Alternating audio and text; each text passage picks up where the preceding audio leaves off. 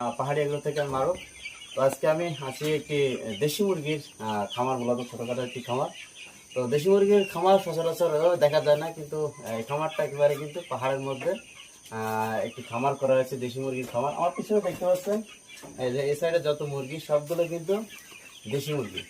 এবং দেশি মুরগি অন্যান্য মুরগির তুলনায় যে খামারগুলো করা হয়, ফার্মের মুরগি, তারপর হচ্ছে টাইগার মুরগি, তারপর হচ্ছে সোনালী মুরগি, এগুলো যেরকম ভাবে গ্রোথ করে দেশি মুরগি কিন্তু এরকম দ্রুত বাড়ে না। কিন্তু দেশি মুরগিতে লাভ আছে এবং এদের ওষুধ কম হয়। একটি লাভজনক আর কি খামার। আমাদের এখানে যে পাহাড়ের মধ্যে, একেবারে দুর্গম পাহাড়ের মধ্যে এই যে দেশি মুরগির একটা খামার করা হয়েছে, দেখেন আমার পিছনে।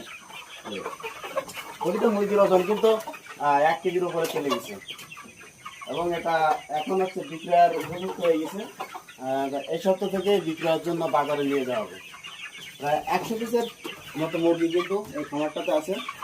তো পাহাড়ের ভিতরে, এই দুর্গম পাহাড়ের মধ্যেও এই সুন্দর একটা উদ্যোগ নেওয়া হয়েছে দেশি মুরগির খামার করা। দেখতে পাচ্ছি সবগুলোই দেশি মুরগি। এই সেটটাই দেখেন, এই যে সব এক জায়গায় হচ্ছে মুরগিগুলো।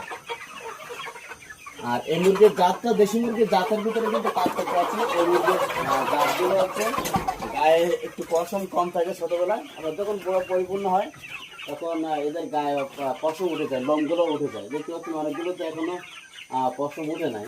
আবার কিছুগুলো এগুলো ছোটবেলা থাকতে কিন্তু এরকম ছিল, যখন বড় হয়েছে যেগুলো আগে একটু বেশি বড় হয়ে গেছে সেগুলোর গায়ে পশম হয়ে গেছে। এটা আর কি বিষয়। তো ভিডিওটা এখানে শেষ করছি। খোদা হাফেজ।